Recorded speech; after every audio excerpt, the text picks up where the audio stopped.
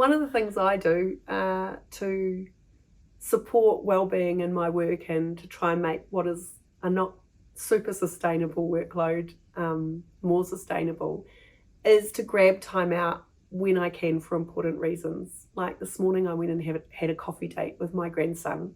He's 18 months old, he's the love of my life, and while I probably should have got across a bunch of emails that have been sitting there waiting for me, he was going to be in town with his mum, so I took off and went out and had coffee with him. And you know, when I'm on my deathbed, I may well look back on that coffee date with huge fondness, but I guarantee I won't look back on clearing those emails.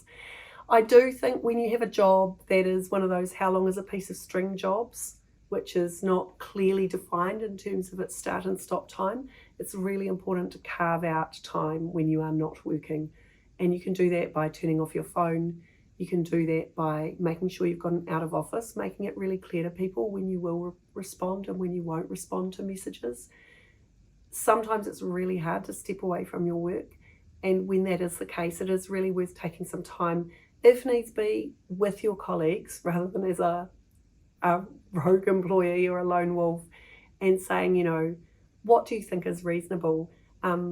I always feel troubled when I get emails from people that have been sent after working hours, and particularly if they're in very late in the evening or even in the early hours of the morning. I worry about that person's well-being and whether they're their best self at that time and why they're working then.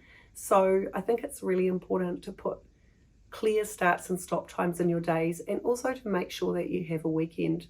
When I was a school teacher, I realised reasonably early on that I could work every single day and still not be entirely across all of the work that I had to do. So it's really important to put those limits in place, and also to be noisy about those limits. If you need to leave early because it's your haircut day, be noisy and happy about it. I love my haircut day, and I'm always really clear with my colleagues. I'm getting my haircut, I'm leaving early.